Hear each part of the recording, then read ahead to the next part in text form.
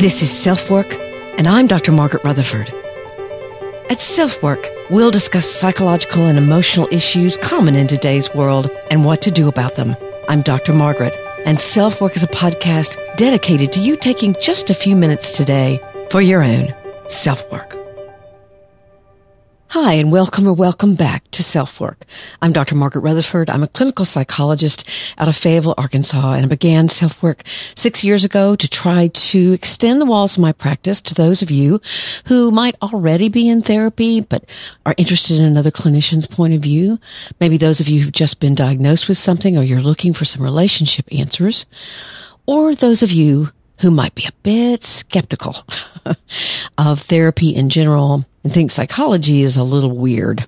If you're here because you're searching for something, then I hope that SelfWork will help you find it. The term cancel culture came to be around 2016, and according to the dictionary, it's the practice or tendency of engaging in mass canceling as a way of expressing disapproval and exerting social pressure. Its primary venue is social media, but it doesn't simply pertain to celebrities. It can actually happen to anyone, and there's substantial controversy about it, whether it's fair, whether it's bad or good, whether it's new, or has it been around for a while, but in different forms. Certainly in families, cancel culture looks like estrangement, and it's been around quite a long time. How is estrangement defined? Parents can distance themselves from children. Adult children can stop coming around, as the term goes. Friendships can end. The root of the word in Latin is extraneare. Any of you who speak Latin, please, I'm sure I've crucified that. And it means treat as a stranger. It can be chosen by you. You can choose to distance yourself from someone in your life, or it can be chosen for you, meaning that someone can estrange themselves from you. It can be a painful part of any relationship where there has formerly been affection or trust or mutual respect. And that relationship ends. Sometimes the separation is needed or even healthy, so it can be painful or not so painful. It also can be connected to a dynamic called parental alienation, and we're going to talk about all those things. And of course, how do the stereotypes of family and the holidays make the pain of estrangement even worse? The listener email today is from a mom who's been a listener for quite some time, but a tragedy has occurred in her family and she's asking for some advice. I need to give you a trigger warning here. Her daughter has been sexually abused, so please listen with care. First, we want to hear from one of our sponsors, BetterHelp, whose help you may need when you're faced with loss or trauma.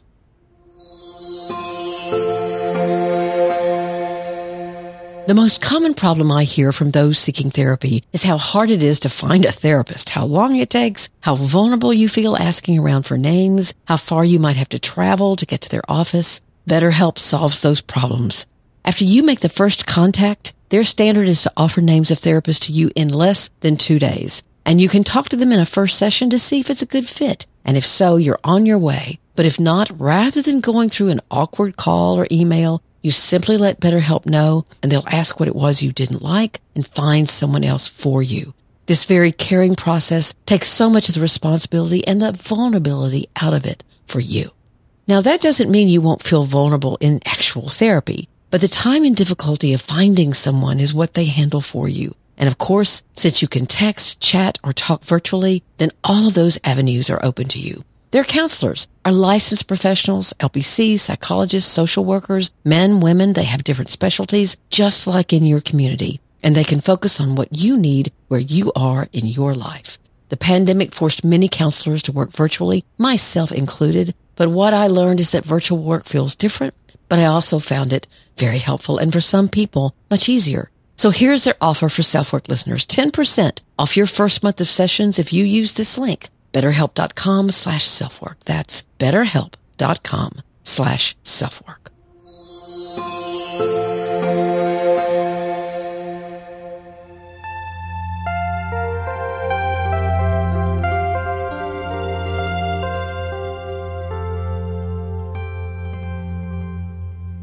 In a recent New York Times article, a study was cited by Carl Pillemer, who's written a new book called Fault Lines, Fractured Families and How to Mend Them.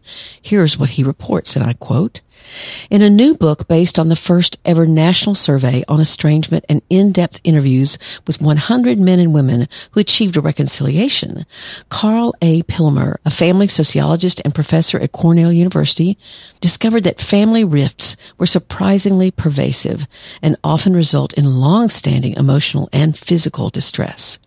His random survey of 1,340 individuals suggested that, quote, about 25% of the population is living with an active estrangement. For some of these approximately 67 million people, it doesn't make much difference, but most people experience the rupture as aversive. That means painful. This figure astounded me, even though I've heard many, many stories of grandparents disappearing from the scene after an argument or a misunderstanding, good friends parting ways suddenly, although they may not even know or remember exactly what happened, neighbors who used to spend holidays together now building literal fences to keep their distance. There can be a lingering wistfulness about a relationship's demise, and also it can be extremely painful to bear. In an interview with Gretchen Rubin, Dr. Pillemer further states, "There's a very popular view that in contemporary society, family bonds just aren't important anymore. We are supposedly in a period where social norms holding families together have weakened and attachment and obligation among relatives has disappeared. That simplistic view, however, is incorrect. Indeed, after spending years studying family rifts, one thing became clear: how much families still matter." But let's talk about what can cause estrangement. And as always, what you can do about it. I'll be quoting Dr. Pillemer, but as usual, I'll add in my own experience to what he's saying and give you some examples. So let's get started. The first cause is experiencing a difficult or abusive childhood. Abusive parenting, harsh parenting, memories of parental favoritism, people sometimes don't get over those. And when they see or allow themselves to consider estrangement as an option, they'll take it. That allowing process, however, can be fraught with difficulties. Strange feelings of disloyalty, feeling that you should buck up, that it's in the past, a discomfort with how it may look to other people, and a recognition that if you distance or even formally detach, that rift may remain permanent. And it also can have a cascading effect on other family relationships. If you ban an abusive mom, maybe your sister will rush in to protect her, and you'll lose her as well. It's not an easy decision, but one that can be healing. Let's talk about Leslie. Leslie had been sexually abused by her father every day from age 4 until she began having more control over his access to her. She couldn't understand because he treated her other siblings quite well, but she was there to work on the farm and be abused by him. At every turn, he would manipulate and use her. Her mom tried in small ways to make up for his treatment, but she remained silent most of the time. After high school, Leslie left home, never to return again. She told her mother and sister about the abuse. Her mom believed her, but her sister was unsure. After all, his treatment of her had been so special. Leslie had had a rough life and was repeating some of the patterns of her childhood when we began working together, meaning that she was in relationships that were abusive to her. So we focused on her healing. She began being more assertive and not believing she was a bad person or at fault all the time. She began to expect more in relationships, and we worked on her ability to believe in her own worth. She also set boundaries for her father and would no longer even accept mail from him.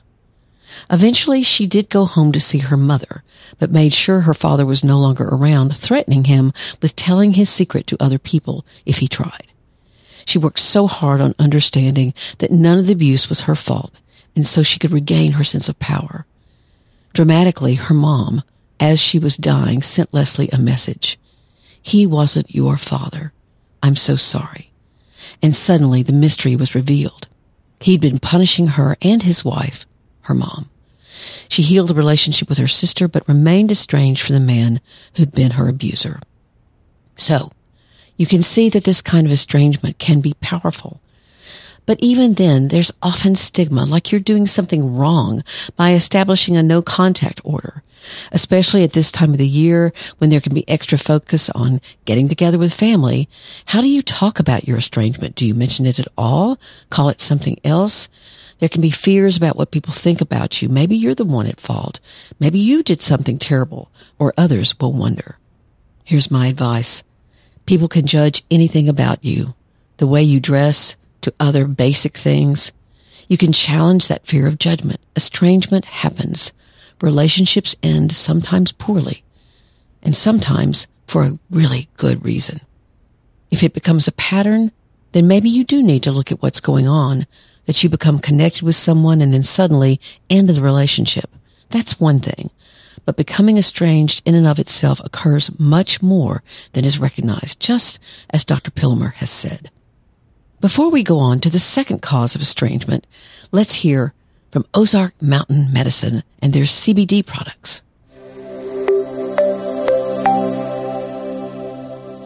Diagnosed with degenerative disc in my back when I was in my 20s, I've long been a seeker of alternative ways to help reduce inflammation, and I can't believe that the best product I've ever found is produced here in Northwest Arkansas. Ozark Mountain Medicine, located on a small boutique farm in the Ozark Mountains under the careful watch of CBD guru Bill Morgan, is a grassroots operation which produces some of the highest quality CBD available on the market. Unlike marijuana, which contains THC, which is what makes it mood-altering, CBD isn't the same and is legal in all states. Ozark Mountain Medicine's products contain at least 16 varieties of hemp, where other CBD products may use only one. Think of it as a healing gumbo for your joint and muscle aches, and you've got the picture. What's most important to me and to you is that it works. I've been told at least 3 times in my life that I needed to be reassessed for back surgery, and 3 times I've kept walking, getting massages, and for the last 3 years, steadfastly using this product. You can take it orally in tincture form, or calming salves are available, which is what I prefer. The other benefits of taking it include immune support, increased relaxation, reduced anxiety, and improved sleep. So here's their fabulous offer for SelfWork listeners. All you have to do is use this promo link, ozarkmountainmedicine.com/selfwork, and you'll receive 10% off your order. I never suggest a product to you that I haven't used myself, and I reap this one's benefits each and every day. That code again is ozarkmountainmedicine.com/selfwork. Sometimes the best solutions are right under your nose. So try a bit of Ozark Mountain Medicine CBD and see for yourself. Glad you're back.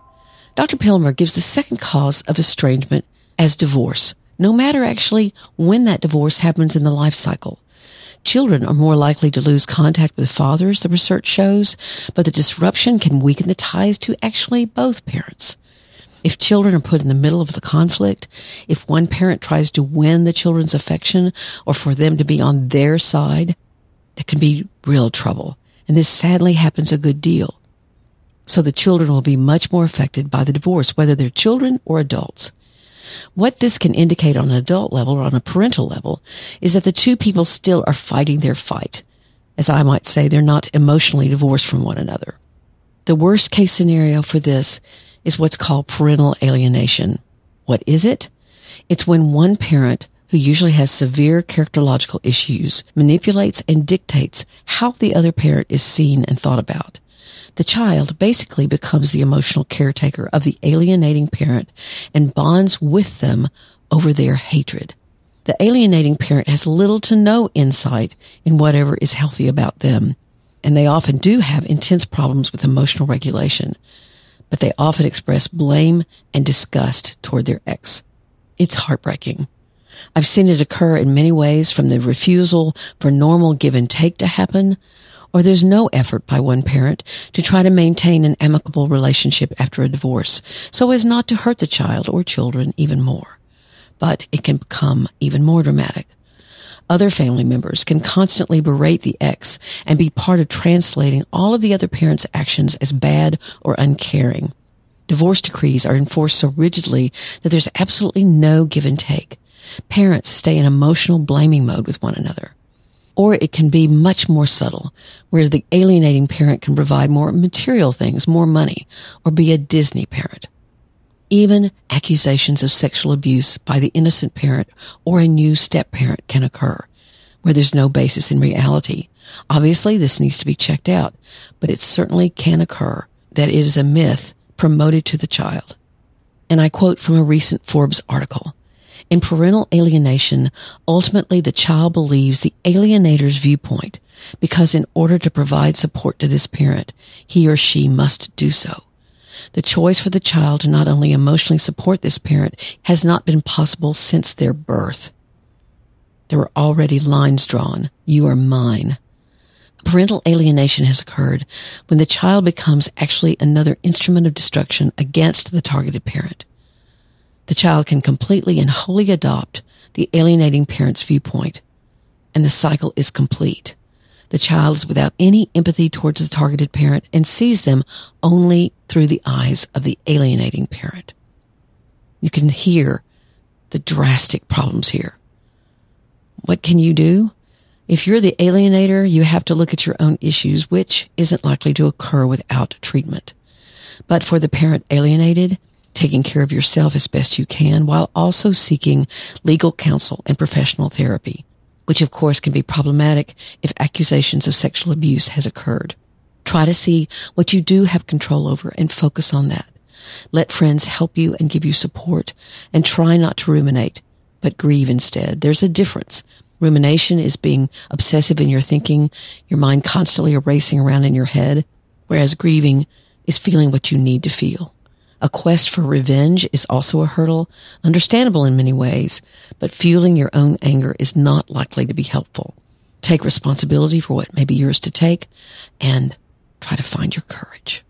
Dr. Pillemer quotes the third cause as when someone in the family you grew up in thinks you've married the wrong person, and you're put in the position of having to choose between parents and your partner. Or it can happen the other way around.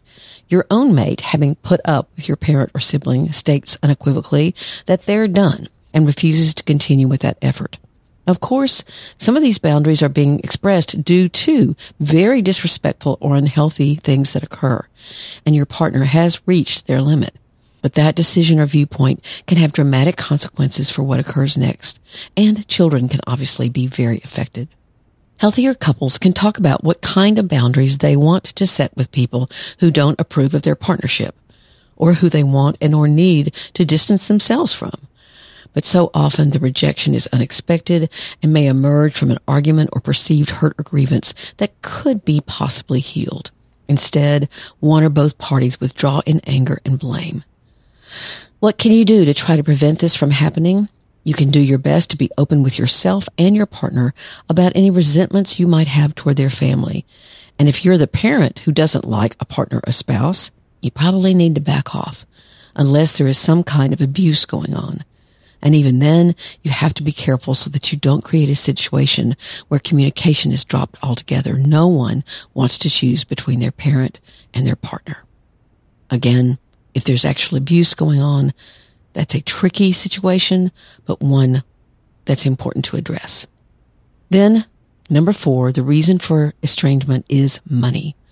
Wills and other legal documents after someone's death especially can become fodder for distrust and estrangement. There can be a lot of resentment around how inheritances are distributed. You can divide your money among your kids, but you can't divide tangible property like heirlooms or a summer house. So many people have their yardsticks out to measure what's fair, and if they feel left out or taken advantage of, they can withdraw or see you as the enemy, and an estrangement is created. I've heard far too many times, "Oh, we haven't seen them since Dad died." And then I hear about conflict over money. The same can be true for business dealings or loans not repaid. So I guess you really have to decide what's important to me, the relationship or what I did get or didn't get. That's a choice you have to make. The last 2 causes of estrangement that Dr. Pillemer mentions are unmet expectations. When, for example, one of your brothers or sisters doesn't follow through with something they said they would do with aging parents, and so that sibling says, "Not going to have anything to do with you anymore. You're out of my life." But something about one person had expectations that the other person continued to not fill, and the other person is just done. So finally, there are lifestyle and value discrepancies, especially in parent and child relationships. You may be someone who's come out as gay or lesbian. Perhaps you had a religious change of heart. Or, as we have seen here in the United States, and really is happening all over the world, even different politics can now act as a barrier rather than having a discourse and trying to find things that we can understand and respect about the way our parent feels or our child feels, we begin thinking of them as bad because they're living the life they're living. We all have to live with those kinds of situations, and the way you handle them is of course up to you, but how do you want to look back on your life 10 years from now, 20 years from now, 30 years from now? What's really the most important thing to you? So again, what can you do about it? You can take responsibility for whatever part of the dispute or conflict is yours. What old wounds could you be carrying around that prevent you from being open to reconciliation? And of course, you have to decide whether or not you truly want to re-enter the relationship. And that answer might be no. But if it's yes, I've missed them, or yes, I don't even remember how things got so bad in the first place, then perhaps you could choose to risk reaching out. But if you choose not to, if the hurt or abuse that was experienced means that staying away is your answer, then you can create another kind of family, a family of chosen friends. The important factor is that you feel connected and loved.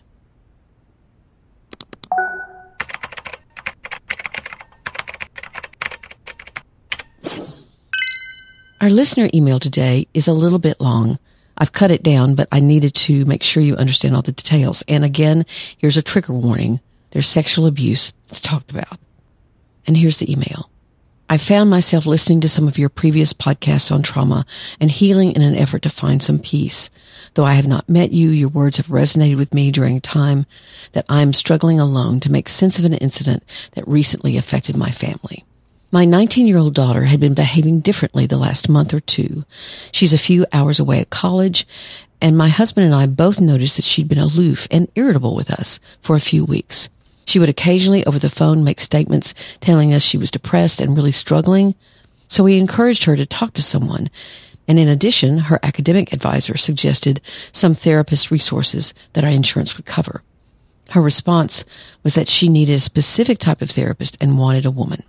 A month later, our daughter finally told us that she and her boyfriend of 5 years had broken up. We were actually quite shocked by this because he's a wonderful young man and they seem to have a lovely relationship.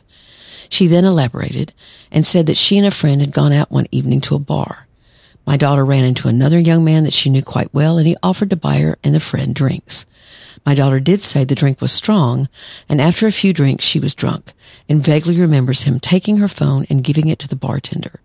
When it was time to go home, they couldn't find the friend, so this man offered to call an Uber and make sure she got home. When they got to the house where she lives, the guy walked her in.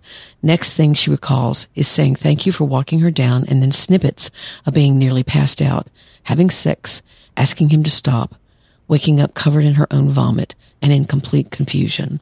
Her boyfriend came to the house and immediately took her to the hospital. The roommate went to the bar to get the phone. At the hospital, they did a rape kit due to the injuries and trauma, but my daughter refused to a full internal exam. The doctor noted she was injured and there were hand marks on her neck, wrists, and elbows. Additionally, she was bleeding internally. The doctor notified police, but my daughter again refused to press charges. She also requested that her family not be notified, which is why we didn't find out for a whole month. My daughter still seems reluctant to get in-person help. She has found an online support group and has been EFT tapping, which she says helps her. She also ended her 5-year relationship with her boyfriend. He was a good, stable companion in her life, but she started nitpicking everything about him. She told him she wants to break up so she can heal. We've told our daughter we support her and would encourage her to press charges, but she refuses. She also doesn't want to discuss anything about the incident or the relationship with the ex. We are all hurting and in pain.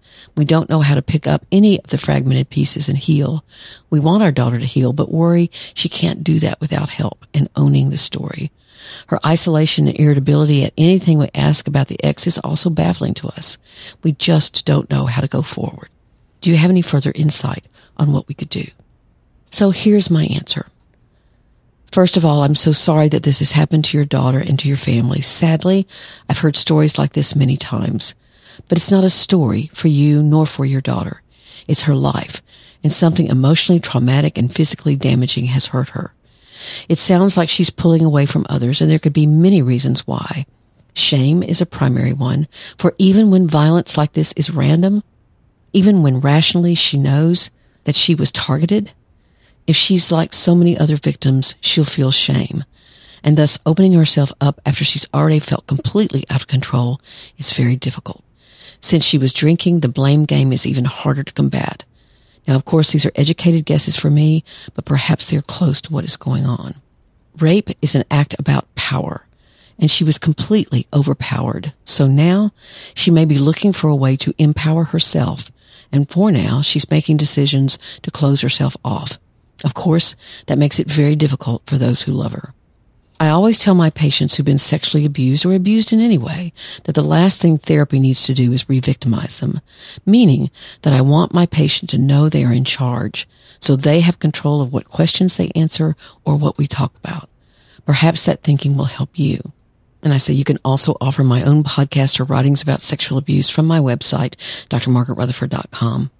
You know, what's so important here is to realize that this young woman's reality, her trust in some man that she knew, her feelings of being with a friend that was going to keep her safe, and then something happened and the next moment was nothing that she could have predicted, is horrific.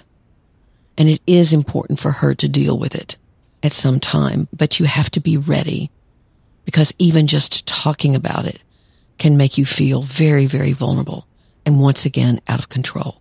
So I would certainly encourage this young woman to seek a trauma therapist. And I think that her wanting a woman is obviously understandable. But in order to heal, she really does need to deal with it. But again, it has to be on her own time.